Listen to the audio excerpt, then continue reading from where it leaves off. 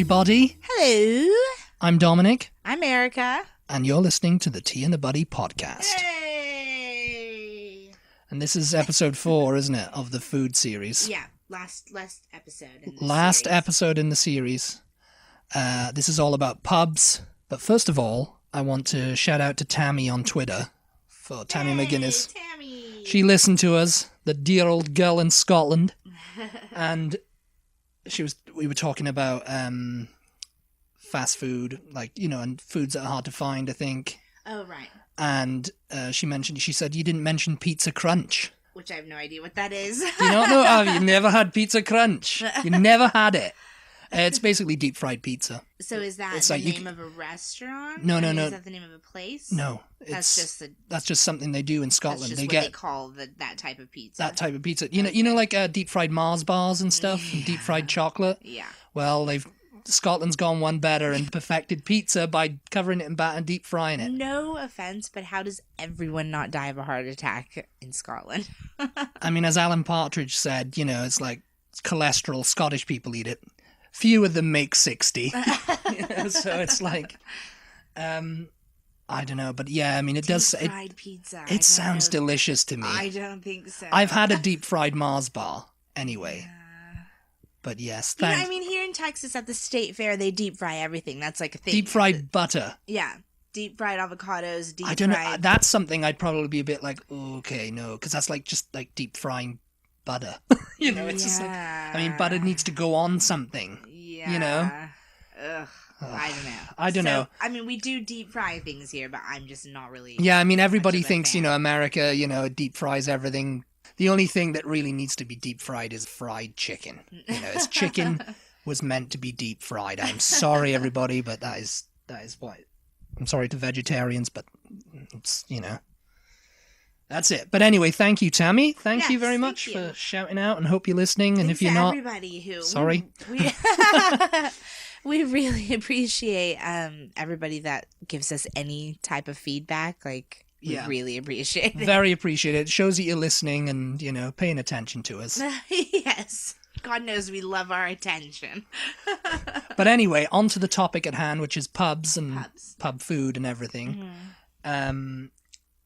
I've got some notes here. I did have quite a lot of research on this one. I'm pretty proud of myself. Wow, look at you. Because we were talking about this. We were talking about the difference, like, you were trying to understand what breweries and their thing, their ties to pubs. The other day. Let's go back to basics. A pub is basically like a bar over here. Mm-hmm. It's it's a drinking establishment. Right. And it goes back to like Roman times. I haven't actually got this on the notes because I didn't, before I went to Britain the first time, I had this I thought, okay, it's like a bar. But then you were like, no, it's like, it's in a house. It's like the first floor of a house. And I was just like, what? The ground floor of a house for British people. First floor for Americans. Yeah, and I just couldn't understand I don't know. We don't have anything like it over here. So I couldn't. I mean, you do have like Irish themed pubs. I mean, that's another thing. But it's like a bar. It's a bar. It's essentially a bar. It's been constructed for that. But really, pubs have started back in the Roman times. When Romans came to Britain, they brought the pubs, and it was like ale houses and whatever. They were called taverns then, and then there were inns and stuff like that. Where you could actually stay, you could actually stay. They could rent a room. You could get a room, and it doesn't happen anymore thanks to hotels and Airbnbs and whatever, now. But pub is short for public house. Right. It's a house where the public can go to, essentially, Right. And, you can get a drink there, and, in the old days, taverns, you could get food there, and, usually they range from, like, chain pubs like Weatherspoons and the Slug and Lettuce. Mm-hmm. We call them gastropubs. And gastropubs, yeah, because they have food. That's kind of been revolutionized in the 90s, because I think the term was coined in, like, the early 90s. And a gastropub is more focused on food. Right, and to me, because I think we went in a Weatherspoons. A Weatherspoons is a gastropub, isn't it? Well, yeah. And to me, that reminds me of like Applebee's or TGI Friday or something like that. Like it's got the bar sort of area. People still go there to drink and get hammered on a Saturday night. Right. You know, they still go there. It's still like serving booze, and you know, it's like where the kids hang out and everybody gets whammed, and they go there to get whammed. You know, and they end up drunk. End up very, very drunk. For Fast Shows fans out there.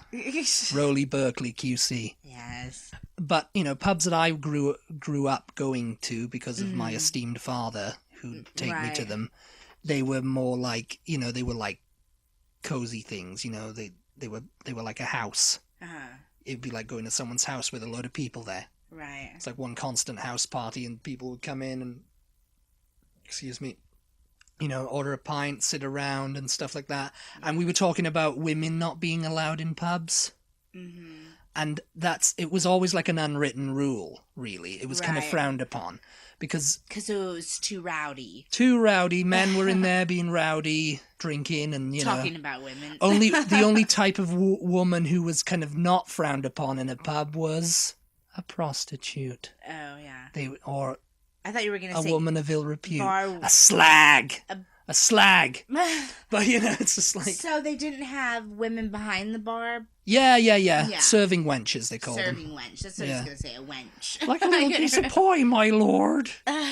But, yeah.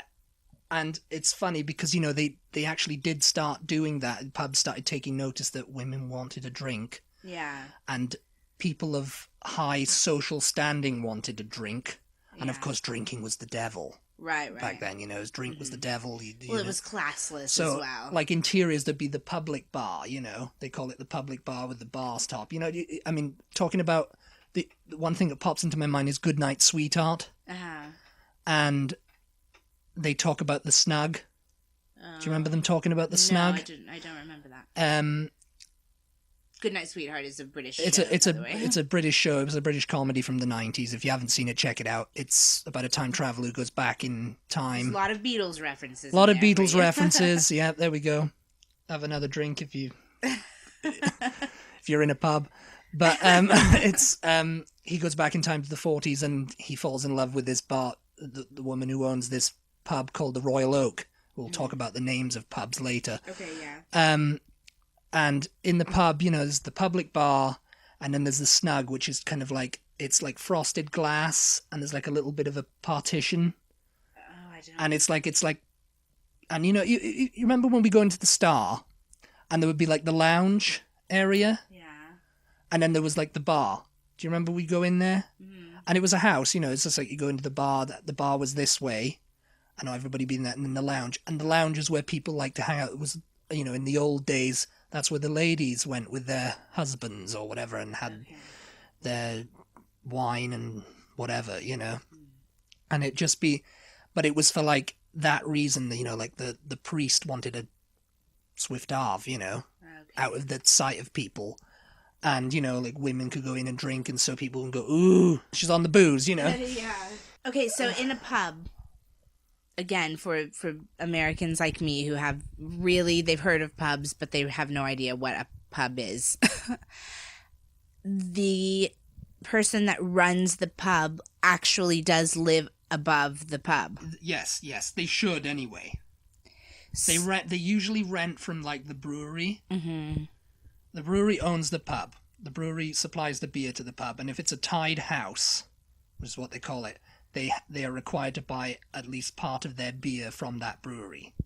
If it's a free house, if you see like the signs, if you're going down the street and you see the sign for like the Coach and Horses or the Slug and Lettuce, you know, that's actually a chain pub as well.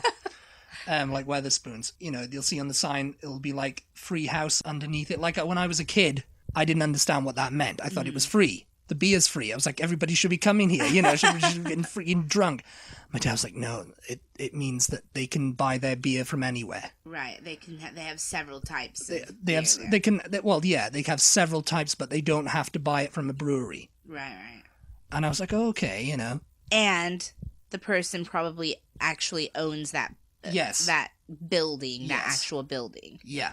the person who's running it probably owns it. the whole thing outright. Right. And it's expensive to run a pub. It's, it's like you'd think it was like, easy money because people drink, but it's expensive. But yeah, like a tied house is like, like for example, the Star Hotel in Llanelli was a tied house. Okay. And that was tied to Felinvol. So they had to buy at least part of their beer from Felinvol Brewery, and they'd have it on display there, and it would be on the hand pumps. Right. Because I worked there for a short time. And, they could buy like Guinness and all that. Heineken and Carlsberg and all these other lagers and stuff and wine and whatever and scotch and whatever from other places, but they had to buy from Felinvol. And if they were a free house, they had their pick. They could buy from whoever they wanted. Felinvol, whichever brewery, they could buy from a brewery in Shropshire, So then if it is if it's owned by the brewery, then they are the landlord of the house, and they hire somebody they to hire a manager to come in and run it and live there. I mean, they call the pub manager the landlord. The patrons do. The landlord is barred me, and barred means you're not allowed to come in here anymore. If you come in and you kick up a fuss and stuff, and you're out. You've been barred by the landlord. He has like rights. The brewery he just pays the rent to the brewery, and they own the place. The brewery could come. You could complain to the brewery about a landlord. Okay. If a landlord wasn't. They're not actually a landlord, though, are they? Well, the brewery is actually the landlord. The brewery is the owners, yeah. Yeah. But it's just kind of like, yeah. If the manager's paying rent to the brewery, they are the landlord. But it's like, yeah, it's. Just as a side note for you Americans, British people use a lot of words incorrectly. I've found over the years. We'll go over them in another podcast. Yeah, don't listen to her, everybody. She doesn't know what she's talking about. And then when these gastropubs, these chains started opening up and doing food also, then the smaller pubs started doing meals and stuff. Yeah. And it would be usually on a Sunday lunch or something like that, but then it was like all through the week. And the menu is usually traditional British fare, which is roast beef, lasagna, chicken tikka masala. You're talking all from those the Welsh, British hits. You're talking from the Welsh point of view as well, though. Well, yes. Because I don't remember. There would be chips on the menu too. We were in Liverpool. I don't think we ever went to a pub in London, but we did in Liverpool. We went to the Grapes, actually, for Beatles fans out there. The Grapes. And I don't remember there being like lasagna. I just remember like bangers and mash, like everything you would really expect to see in a pub. I just remember those kind of options. Bangers and mash. I think I saw chicken. I did. I had chicken tikka masala there. I know I did. No, I don't remember. Yeah, that. One of our visits was when Sam Leach was there. Yes. No, There's a picture of me and I'm smiling. No. She's not remembering. No, okay. British people. I don't even know if we have any British listeners. We really need to put these podcasts out on a site where there's analytics so we can know our audience a bit better. But anyway, I digress. British listeners, if you exist out there. Where's our British listeners? We've only got Scottish people. Yeah. Well, Scottish or British, aren't they? Are they? But we'll soon see after Brexit. But I want to know what types of foods are on the menu elsewhere in Britain, because Dominic is from Wales directly. He's spent most of his young adult years there. Still in my young adult years, I'll have you know. Thank you very much. Good luck with that one. And he only knows really, like you said, lasagna, chicken tikka masala are these things that are on the menu in pubs in give me a county. No, not Welsh. Sorry, I wasn't listening We're there. talking English or Scottish or in Devon or in Gloucestershire. Hertfordshire. Did I just make up a place? No, you didn't. Hertfordshire? Yes, Hertfordshire. There she got it. I said Hertfordshire. That's The Hertfordshire, yeah, one of the home counties anyway is what we call them, which are home counties, the counties that are around surrounding London, you know, like Surrey and all that. Nottingham. Nottinghamshire. Nottinghamshire, there we go. Yeah, we'll do a geography episode, don't worry. We'll get to the geography of the UK, don't worry. No, I don't... chicken tikka masala, maybe. I wouldn't say it's going to be on most. I mean, think about these little English towns, little English villages. Do you really think chicken tikka masala is going to be on the menu? I'd be willing to bet it was. I can probably guarantee you it's in the Cotswolds, your favourite place that you've never been to. I can guarantee you that there's probably a chicken tikka masala option on a pub menu. If there isn't, then it's probably they're just like, okay, with traditional British fare. Cottage pie, shepherd's pie, roast beef, Yorkshire puddings, bangers and mash, okay, while we're steak and kidney about pie. Food, just to change the subject slightly, though, tell us the difference between the regular pub menu and the carvery. What is a carvery? This is a question for the British people. This is a question for you and to me. Tell our listeners the difference there. The difference, a carvery is what we're saying. It doesn't happen all the time, right? It doesn't no, it doesn't. It usually only happens on the Sunday. Okay. You know, maybe every Sunday. Yeah, I'm sure, and it's usually around $6.95. I just remember this is like signs I've seen outside. So this Sunday, roast lamb carvery, $6.95. You know, with all the trimmings, which is the vegetables. So you would come in and what? You'd come in and it would be like a guy would be there. The chef would be there behind a hot thing with a big joint of meat or 2 joints of meat. It could be several cuts of meat, you know, like several joints of roast beef, roast pork, roast chicken, maybe. Roast lamb, usually it is. And you'd come up with a plate. You remember it? We went there once. Yes, but you're the British one. You tell them. You're more British than me nowadays, I think. And it would be, you go up there and he'd go, okay, which one do you want? And you'd say roast beef, and he'd cut you a slice of it. And you could be cheeky and say, oh, can I have another slice? You know, or whatever, you know. And you go, roasties, which are roast potatoes you have with it. Or mash. I don't know if they had mash. Maybe they had mash. I don't know. Some places, the vegetables may differ. Roasties, carrots, peas, and, of course, Yorkshire puddings, which are like popovers, and gravy. Can't forget the gravy. Usually we like swede or turnip. So it's sort of like cafeteria style. Or like if you go into a barbecue place, like a barbecue joint. It's kind of like that. Barbecue joints, they've smoked that meat. It's delicious. It's like sausage and all that. It's sort of like that. So on the days when the carvery is happening, could you still order from the pub menu, or is it just like we're just doing the carvery? I think the carvery only lasts for a few hours. It'll last like from lunchtime. It lasts around lunchtime. It's sort of like Britain is not the most religious of countries. We've got our own religion, But I'm going to say that the carvery then seems like something that you would go to after church. Like it's just definitely after church time to lunchtime to like mid-afternoon. Right. Lunch from like 11:30 maybe till like 3 o'clock, something like that. Just catering to people who have been to church and then they want to go out like something like that. Yeah, but usually it's like old people who don't want to cook their Sunday lunch. Right.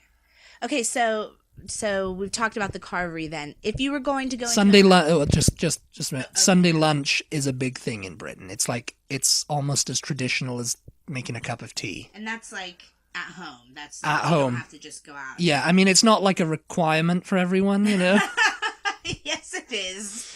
It's like, it's not like some man's going to come round and go, hey, you didn't have your Sunday lunch today, boy. It's just bang down your door.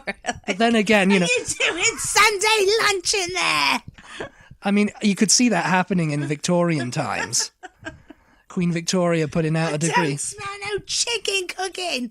Or if it was chicken, no, I think chicken is like, I mean, yeah, you could have chicken, but it's usually roast beef. Roast beef. It's English beef we want, lads.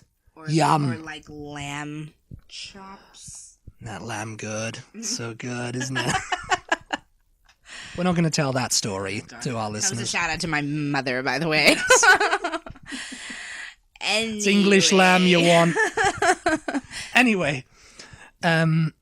But yes, you know, it's like, it's not a requirement, but, you know, it's like a traditional thing, you know, and it's right. You know, even today, I mean, even with the declining numbers of British people in the world, because we're a dying breed, you know, we still do Sunday lunch, you know. Yeah. But okay, so Sunday lunch, you're going to go in there for, let's say you're going in on a Friday afternoon. Friday we're changing evening, it up. Friday evening after you get off of work. Before like every... Oh, smacking the microphone now. Before everybody comes in for Friday night drinks, you come in, I don't want to go home and cook. It's Friday night. I'm just going to pop in the pub and have something to eat before I go home. And you got the pub menu. They're not doing Sunday lunch because it's not Sunday. They're not doing a carvery because it's not Sunday. Yeah. What do? We need to talk about this because it has come to our attention that people go in pubs and they don't know how to order food. Remember, we've seen that somewhere. They said, I think maybe it was some on YouTube, some travel vloggers. They're like, they stand in the doorway for ages waiting to be seated. Because they don't know, they've never been in a pub before and they don't know. Yeah, and they think it's like a restaurant. Or they figure, maybe we just go sit down, and they go and sit down and they wait forever for a waitress to come and nobody comes. In the majority of British pubs, if you're out traveling, you're in the Cotswolds, say, and you stop at the Coach and Horses, right? This is just a country pub that looks cute. You think, I've been driving around all day. You know, you're an American tourist. You're from wherever.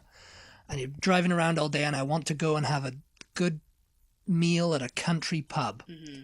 And it's like, it's not like a restaurant. It's, you know, you're going to come in, you're going to see people drinking, you know, the locals. Mm-hmm. And you're going to sit down, and what you should do is go up to the bar and they'll say, oh, what can I get you? You know, if they're nice, or what'll it be if they're rude or whatever. But usually they'll be nice. And you'll say, are you still serving food? And hopefully they will be, because sometimes they'll go, no, we stopped, you know, stopped serving food at 6. Because sometimes they have set hours they stop serving food. They don't serve food until the pub closes. Right. I mean, the Star stops. Can you get dinner in a pub then, or is it mostly just lunch? I think it's mostly just lunch in some pubs. I'm not entirely sure on that. We ate dinner in a pub, though, didn't we? What did we eat in a pub? What? You're thinking of Weatherspoons? Weatherspoons, yeah, Weatherspoons is a different animal. But your dad brought us food in a pub. That was lunch. What? Yeah. Oh. That was Sunday lunch. Okay. Because he came home and he says, I booked it. You're going to go for Sunday lunch. I've paid for it. It's fine, you know. And I was like, okay. And so we had a lovely Sunday lunch. But so, are there menus? With apple pie that tasted onion-like.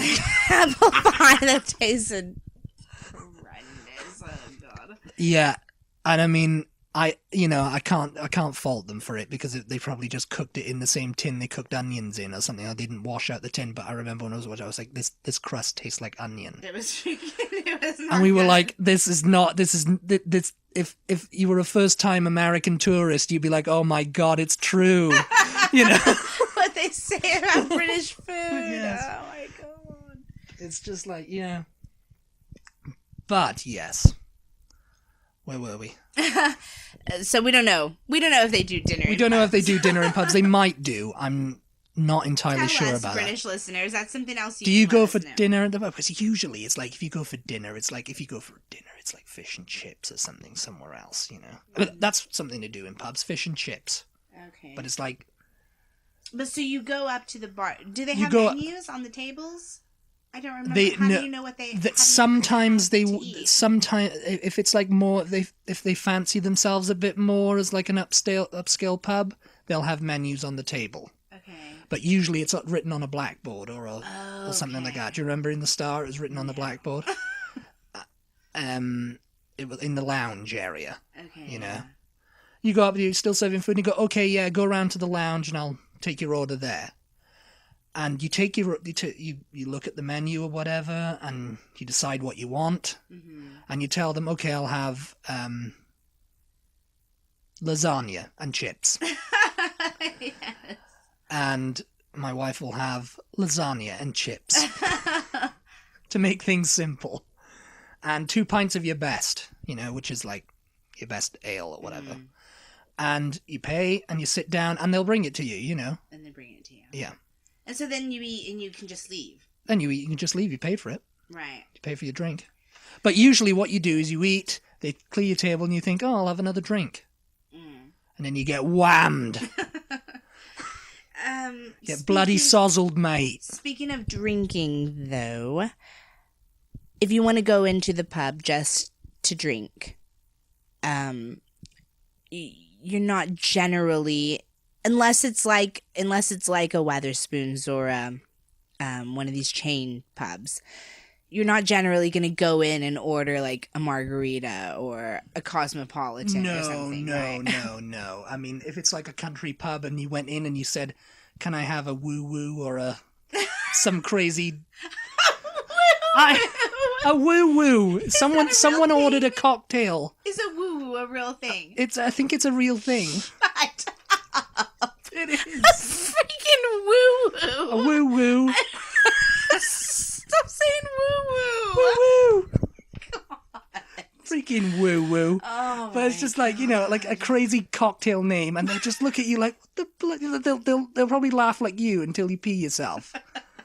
They'll probably laugh at you because they'll just be like, no, we just do, hard liquor, which is like spirits. Right. You can get a rum and coke there. There's another Beatle reference. Whiskey, gin, vodka, and you can get a glass of wine if you're not. And you can get a glass of wine like too. Beer, if a pub doesn't have wine, it's weird.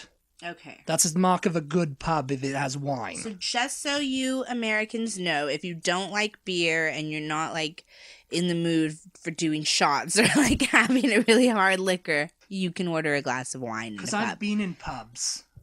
We went in this pub once, me and my dad, and they had nothing. It's like, oh, have you got cider? No. And it's like, you don't even have a bottle of cider.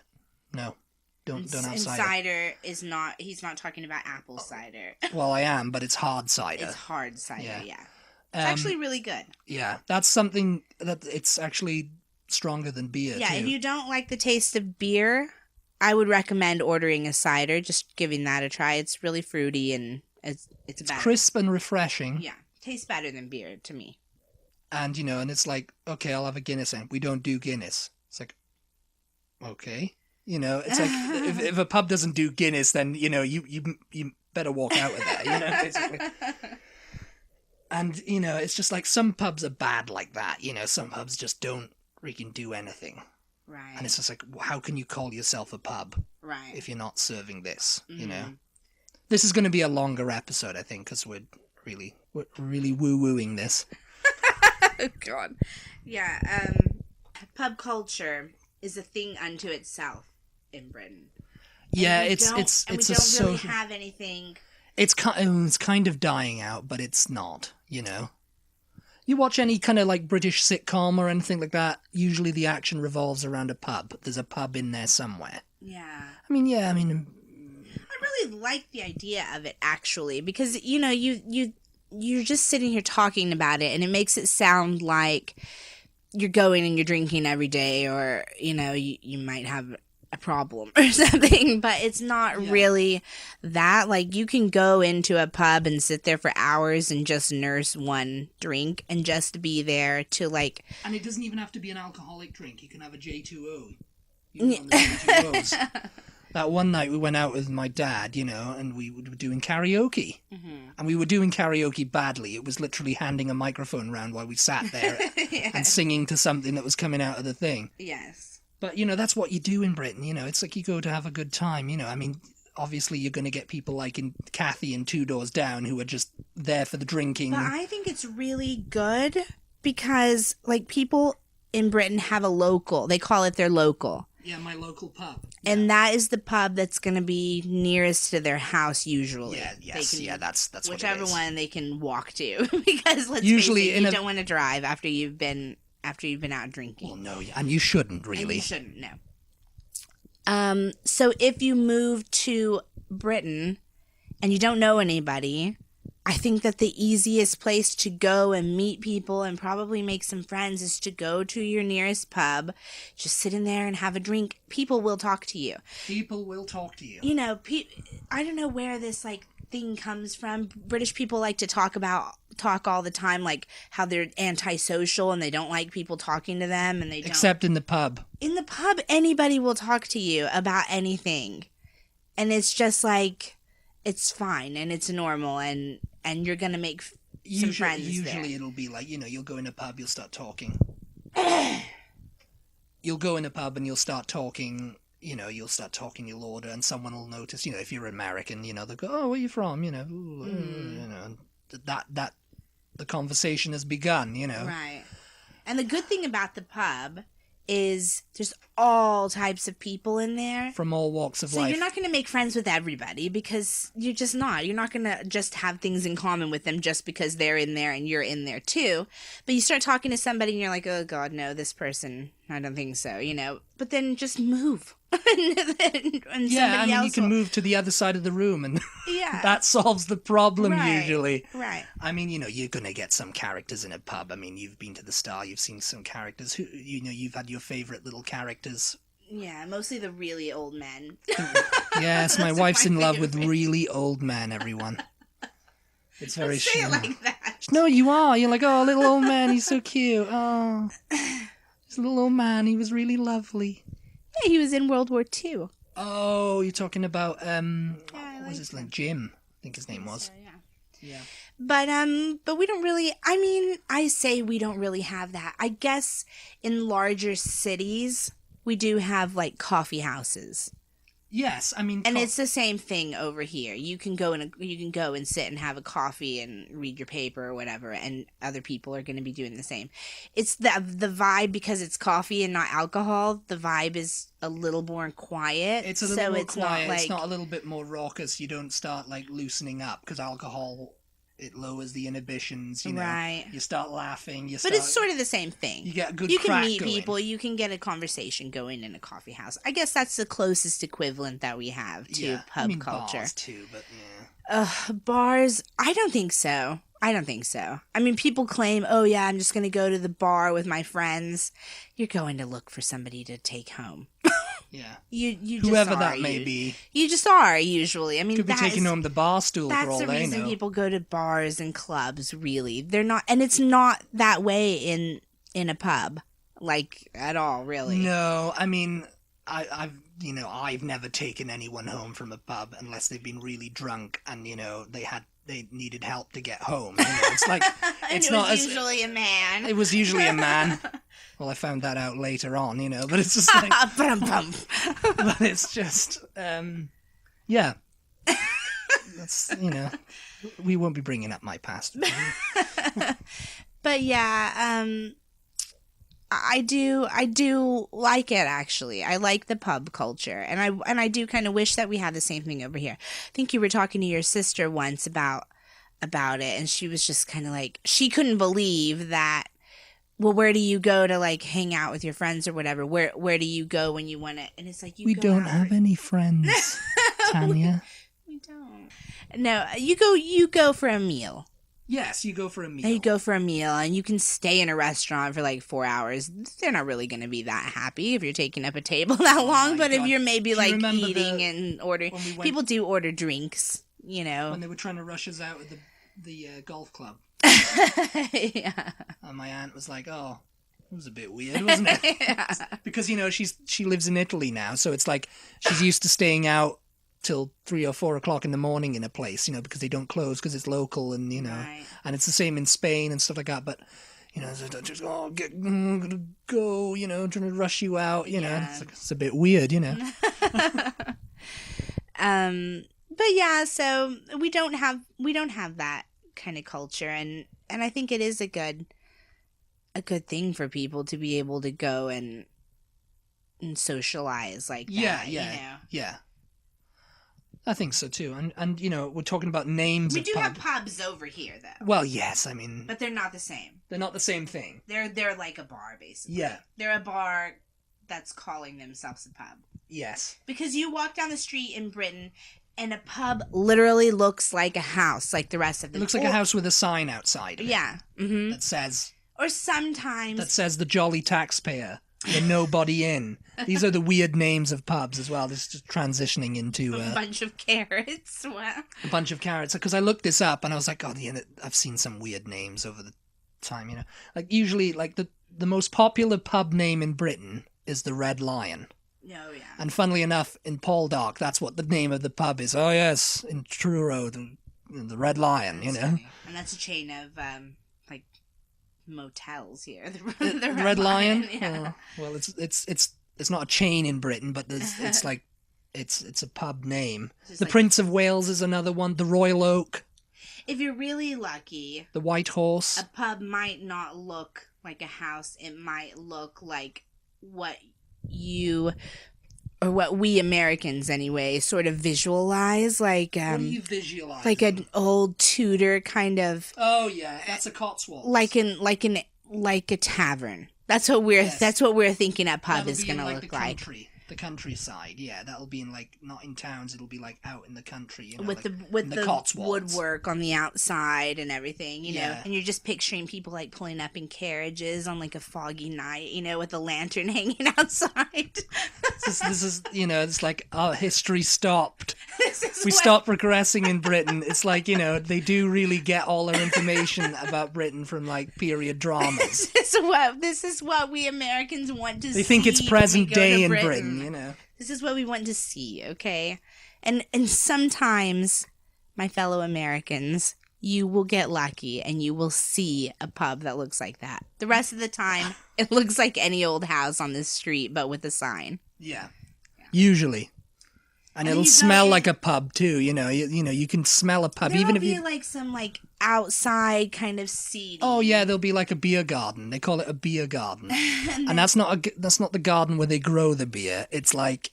That's for the people who smoke. Let's face it. Well, now it is, yeah. But there used to be beer gardens just before the smoking ban in places came into effect.